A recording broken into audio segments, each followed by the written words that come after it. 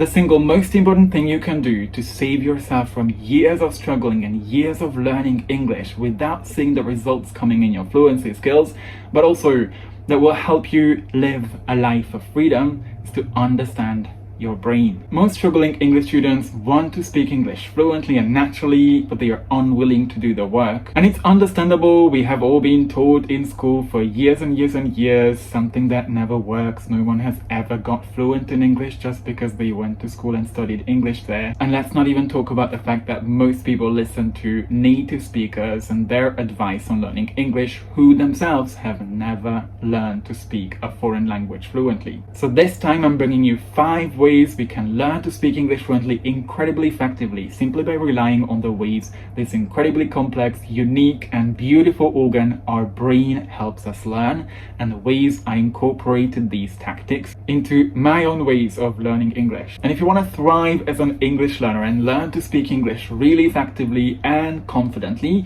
without all the headaches and all the suffering in this crazy world of stress and anxiety and comfort, make sure you stay until the end, because the last 2 points I'm going to share with you are going to be probably the most important, that are going to help you see your fluency skyrocket. Hey English learner, welcome or welcome back to my channel. I really appreciate you carving out time for this. My name is Chubby. I'm an English fluency, learning and language anxiety coach, mainly focusing on helping ambitious professional adults improve their general English fluency, gain confidence in having conversations, and enjoy the entire process of learning. And this is a channel for serious English learners who want to learn how to make vocabulary more memorable and how to speak English more fluently, comfortably and confidently, with the help of focusing on their listening skills and their spoken interaction. And if these are topics that you're interested in and you haven't subscribed yet, make sure you hit that subscribe button and the notification bell so you can get weekly updates, my long form videos, short form videos that will help you understand more about how to learn English like a pro. And I'm just going to jump right in and talk about the first point. One of the most common reasons there's so much negativity or negative feelings around learning English among struggling English students is because simply they were never taught how our brain helps us learn a language effectively. We were most likely forced to produce language, whether it was when you were writing an email or you had to speak in class, way too early, without those grammar structures and that vocabulary having matured in your memory. I clearly remember the time I was learning to drive, and I don't like to talk about it too much because I sucked at it. I still suck. I don't think I'm the best driver, but even months after I passed my exam, I was actually driving my family in my hometown without the headlights on at like 9 p.m. And I remember I forgot this because driving itself is a complex skill. There are so many things we want to pay attention to inside the car. We want to check where the gear is if you're driving a manual car.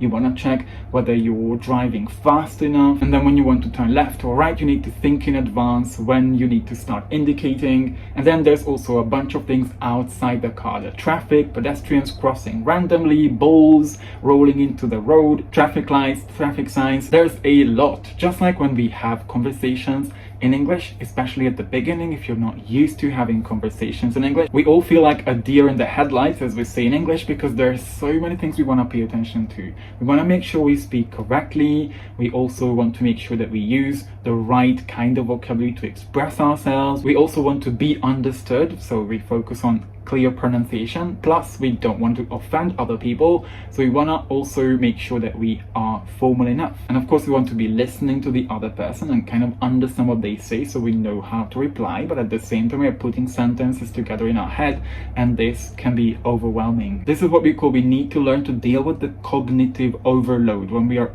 required to do more than we are actually capable of doing. But if you look at how you learn to drive a car, you just keep driving, and as you drive more, you eventually get better at automatizing some of those skills, so you can change the gear whenever you want, you know when to indicate, and you know how to regulate the speed of your car. But at the same time, you're not going to start driving in the busiest road of your capital city. You're going to start driving in small streets and then get better at maneuvering. That's the equivalent of fluency.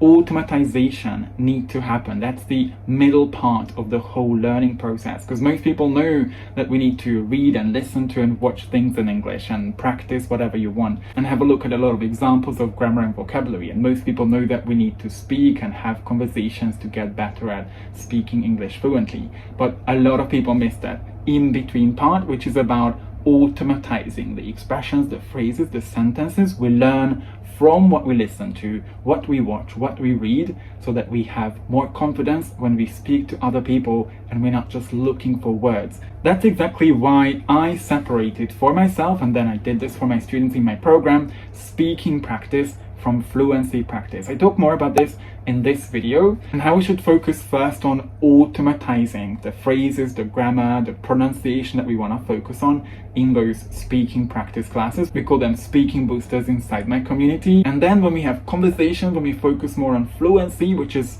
basically trying to express myself the best way I can to communicate my thoughts to another person while trying to do my best to listen to them, I'll be able to communicate way more effectively because I've automatized those phrases, so I don't have to be looking for the perfect word or thinking too much about what I should be saying. Which already brings me to the second point, and this is so important, especially if you used to be a top student or you work at a company where you do projects. Learning doesn't just happen from one day to the other. We kind of had this belief when we were taught many things throughout lessons and then we were tested on it.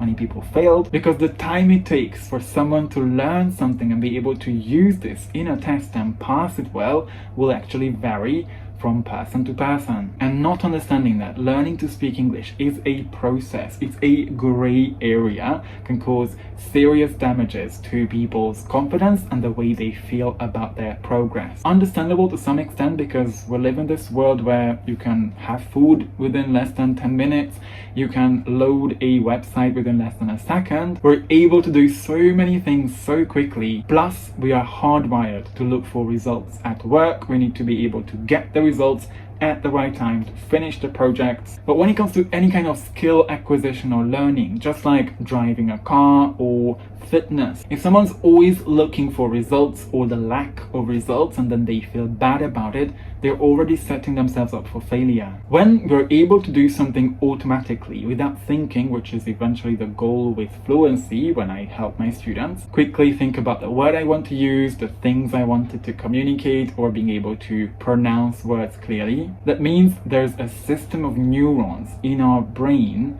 that have formed a really close connection. This is done over time, so consistency and attention are important. We're going to talk about this later. Think about it like taking care of a garden. You wouldn't get impatient if there is no plant one day after planting the seed, would you? And even a corn kernel apparently needs about 6 to 8 weeks to start germinating and showing some signs of growth above the soil. But most struggling English students aren't able to stay consistent within that time by simply reading something in English, watching something in English, listening to something in English, reviewing important vocabulary, and having conversations without looking at the result. This is one of the hardest parts because part of us tells us that there has to be some sort of result. I mean, I've been putting in the work, where are the results? But we need to believe that the results are going to come in the long term. And the more consistent you are with reading, listening to, or watching something in English, activating and then using those grammar points or vocabulary or whatever else you learned from those interviews or movies that you were watching,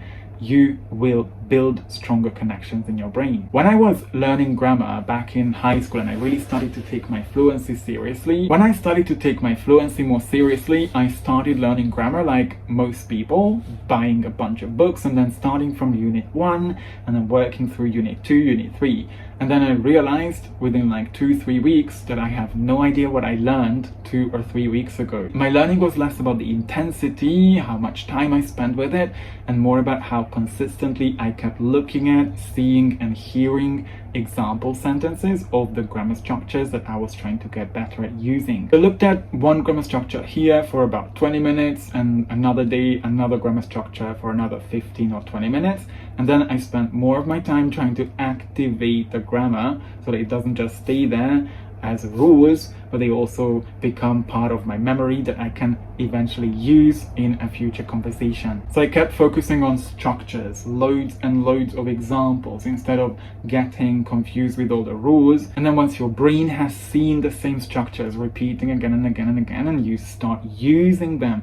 as a way to practice, which is what I talked about before when I mentioned speaking practice as opposed to fluency practice, you'll be able to use it with way more confidence in your future conversation. If you want to remember vocabulary longer, I don't know if you've heard of the spaced repetition system. I mentioned this in a couple of other videos as well, where what you need to be making sure you integrate into your learning plan is to repeat looking at the same things on day 1, day 2, day 4, day 7, and if you can, on day 11. So by leaving bigger space in between your practice sessions of the same thing, you're training your brain to remember things longer. This, a huge emphasis on reviewing, coming back to grammar points or ways to communicate that my students couldn't really do well, is what actually gives a good foundation to my students at whatever level they are joining my courses. And if you still don't remember everything you've learned, just a reminder that we can't always control everything we learn, and if you look at it as a process,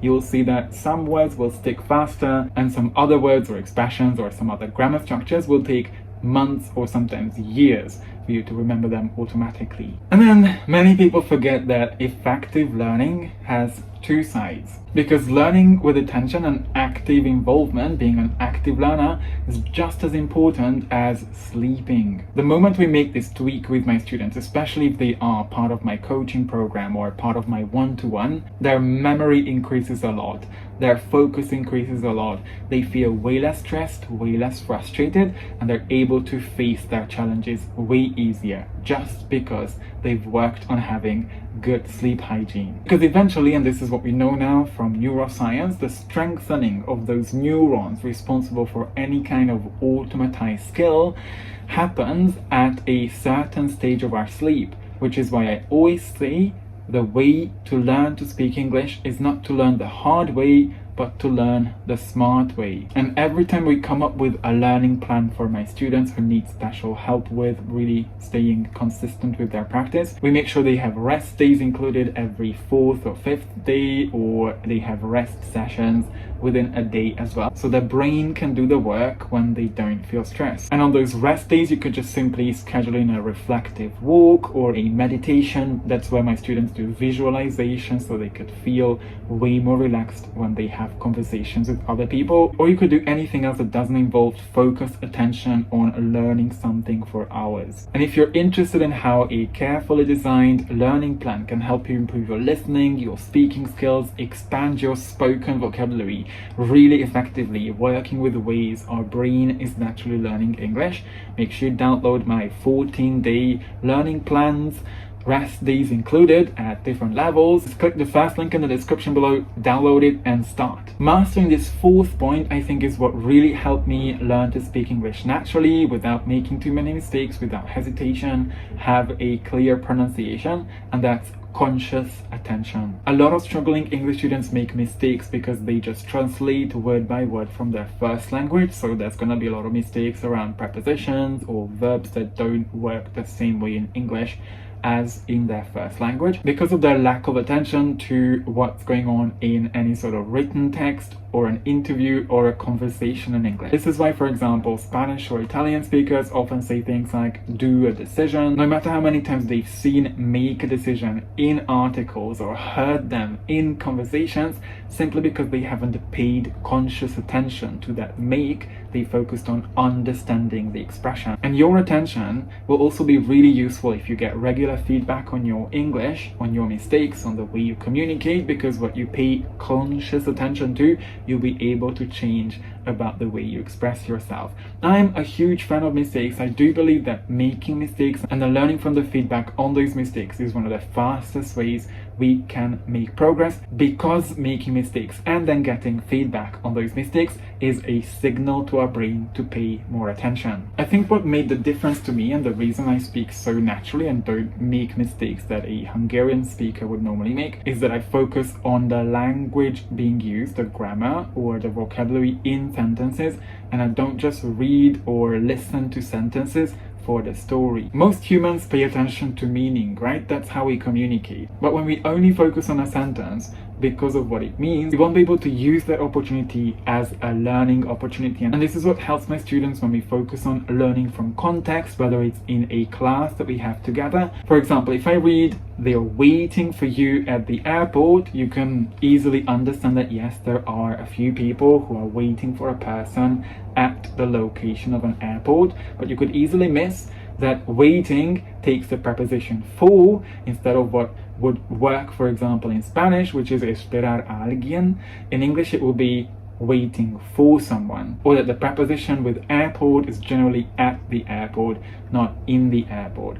When people only focus on the meaning of the sentence, not on the individual structures inside, they can easily glide over these meanings and forget that these are things they need to integrate actively when they want to communicate and use the words correctly. One of the most important things we need to remember about the way our brain works and remembers is that if we want to remember something in the long term, that means we need to have invested time and effort into learning that, which many times doesn't happen when struggling English students don't know how to learn and all they do is read through their notes and call that reviewing. Some other ones scroll their lives away on social media and then they complain that they can't remember anything, nor pay attention, nor feel calm. And they're missing out on so many important things about learning. Things like doing activating activities that actually help us put that vocabulary from the videos we are watching, from the podcast we are listening to, into our memory. So they find it way less stressful, way less demanding to communicate with other people, because if they've